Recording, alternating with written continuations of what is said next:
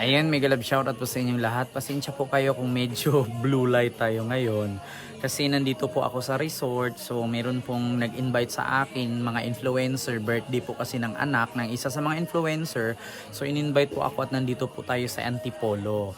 So ngayon, actually alam naman po natin mga taga Maynila, mga kababayan natin, mga kababayan ko at especially sa mga Iskonians.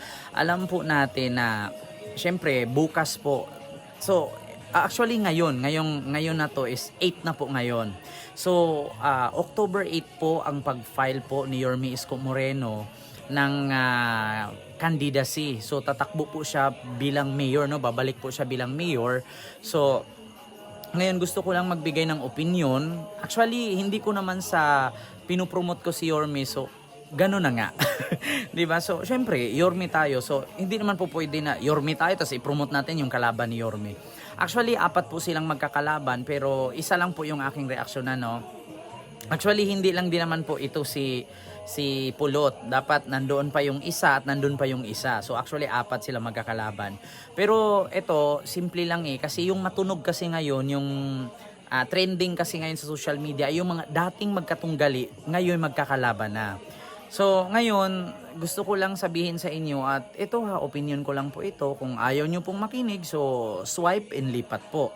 So, kung gusto nyo pong makinig, so go ahead and sige, makinig kayo.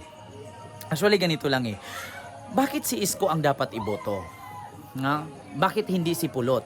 Simple lang. At bakit hindi yung isang lalaki at bakit hindi yung isang babae? So, simple lang po. Alam nyo po kung bakit. Actually, hindi po ako nagbubuhat ng bangko at hindi ko po sinasabi dito na si Isko po ay karapat-dapat. So actually, hindi naman po lahat ng taga Maynila ay gusto si Isko. Kasi kung si Isko lang ang gusto nila, edi sana walang sumuporta kay Sam Versosa, walang sumuporta kay Tamundong, at walang sumuporta kay Hani. So simple lang. Kung kayo po ang papipiliin, para sa akin, no, actually ayaw ko magbuhat ng bangko. Actually, ang pipiliin ko po si Isko. Alam niyo kung bakit? Simple lang Sa 4 kasi na magkakalaban ngayon, no, sa pagiging alkalde ng Maynila, isa lang po kasi ang tumatak sa isip at sa puso ko. Walang iba kundi si Isko. Una, kung tanungin natin si Pulot, ano bang nagawa ni Pulot sa Maynila? Wala. Nga. Pagdating naman kay Versosa, ano bang nagawa ni Versosa sa Maynila? Wala rin. Nga. Pagdating kay Tamundong, ano bang nagawa ni Tamundong sa Maynila? Wala rin. Kung meron man silang nagawa, sa kanila lang nasasakupan, pero entire Manila, wala. So ngayon, pagdating kay Isko, tatanungin ko kayo, ano bang nagawa ni Isko? Marami. So ngayon, kung papipiliin tayo ng isang bagay, saan nyo gusto? Magpapagamot? Sa may experience o sa mag-i-experience pa lang? Diba? Ito, magandang tanong ito Kung halimbawa ikaw, nakagat ka ng aso, nakagat ka ng pusa, nakagat ka ng lamok, nakagat ka ng daga. Ngayon, sino ang pipiliin mo sa 4 na gagamot sa'yo? Yung may experience at may nagawa? Or yung mga gagawa pa lang? Di ba? Napakasimple lang. Bakit nga ba si Isko ang dapat mong piliin? Bakit? Si Isko kasi may napatunayan. Yung 3 kasi wala. Gagawa pa lang. Actually, yung isa nakaupo na pero walang ginawa. Diba napakasimple lang mga kababayan, mga Iskonians, mga taga Maynila. Kung ako papipiliin, kung si Isko man ang pipiliin, kung si Isko po talaga, alam niyo kung bakit? Mahirap po magpagamot sa doktor na hindi marunong at magti-training pa lang. Diba? Biruin mo, nasugat ka, uupirahan ka, tatahiin yung sugat mo. Ngayon, yung magtatahi sa'yo hindi marunong, so anong mangyari sa sugat mo? Either magkamali ang tahi, either matitano pa yan, ma-infection. Diba? So ganun din ang mangyari sa Maynila.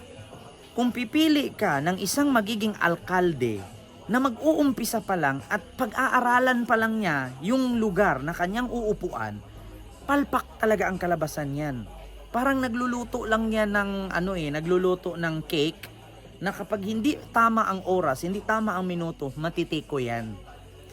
Syempre, kung gusto mong magpagamot, no? Example, kung gusto mong magpa-opera, gusto mong magpagamot, doon ka na sa doktor na marunong. 'Di ba? Tsaka magpagamot ka sa doktor, nag-aaral pa lang pagiging doktor. Mahirap yung ganoon, mga kababayan. 'Di ba? Mahirap. Sa madaling salita, bakit ko pipiliin yung tatlong tumatakbong alkalde na wala pa namang nagawa at wala pang experience? 'Di ba? Yung isa nakaupo na pero wala namang ginawa. Syempre ang pipiliin ko yung may degree. 'Di ba? Yung nakagawa na, yung may experience na, may resibo na. Actually kasi mahirap ito sa madaling salita ha. Ito real talk lang, maiksing paliwanag pero may laman. Mahirap sumakay sa jeep na ang driver ay hindi marunong mag-drive. 'Di ba? Mahirap sumakay sa eroplano na ang piloto ay driver ng motor. 'Di ba? Actually hindi siya pwedeng tawaging piloto 'Di ba? Try nyo kayang sumakay sa eroplano na walang piloto. Or try nyo kayang sumakay sa eroplano na ang magmamaniho ay doktor at hindi piloto. Try nyo din sumakay sa eroplano na ang magmamaniho ay cosmetic businessman na hindi naman piloto. At try nyo ding sumakay sa eroplano na ang magmamaniho ay negosyante, hindi piloto. 'Di ba? Siyempre kung ako sasakay ng eroplano, siyempre isipin ko yung may experience, isipin ko yung piloto, yung graduate at nag-aral talaga pagiging piloto. Mahirap kasi mga kababayan, sa totoo lang napakasimple lang. Hindi mo kailangan sukatin yan ng eskwela, pulgadera, tape measure or ano pang klaseng panukat yan.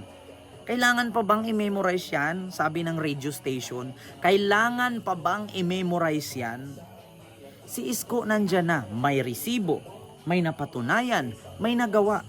So bakit maghanap pa kayo ng iba na mag-uumpisa pa lang? 'Di ba? Ang hirap kaya sa totoo lang mga kababayan, mahirap mag-umpisa sa zero. 'Di ba?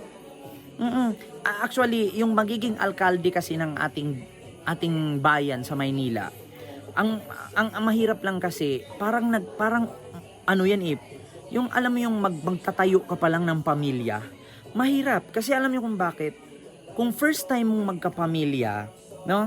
Mahirap maghawak ng pamilya na marami kang anak at wala kang trabaho at hindi mo alam kung ano ang gagawin mo sa pamilya mo.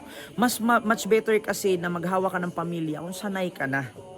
'Di ba? Anong mangyari sa isang pamilya kung ang padre di pamilya or ang ilaw ng tahanan ay walang alam sa pagiging ilaw ng tahanan at sa pagiging padre di pamilya. So magkakawatak-watak po 'yun. 'Di ba? So sino pong maapektuhan doon? Yung mga anak. Ganun lang. Kung gusto niyong magkaroon ng ama ng Maynila, piliin or ina ng Maynila, piliin niyo po, no? Yung marunong maghawak. Kasi ang pipiliin niyo bata, sabay-sabay tayong babagsak, sabay-sabay tayong lalagapak. Pagtatawanan tayo ng kalapit bayan or kalapit lungsod or kalapit syudad. 'Di ba? Piliin niyo po yung marunong, wag niyo pong piliin yung magpa-practice pa lang. 'Di ba?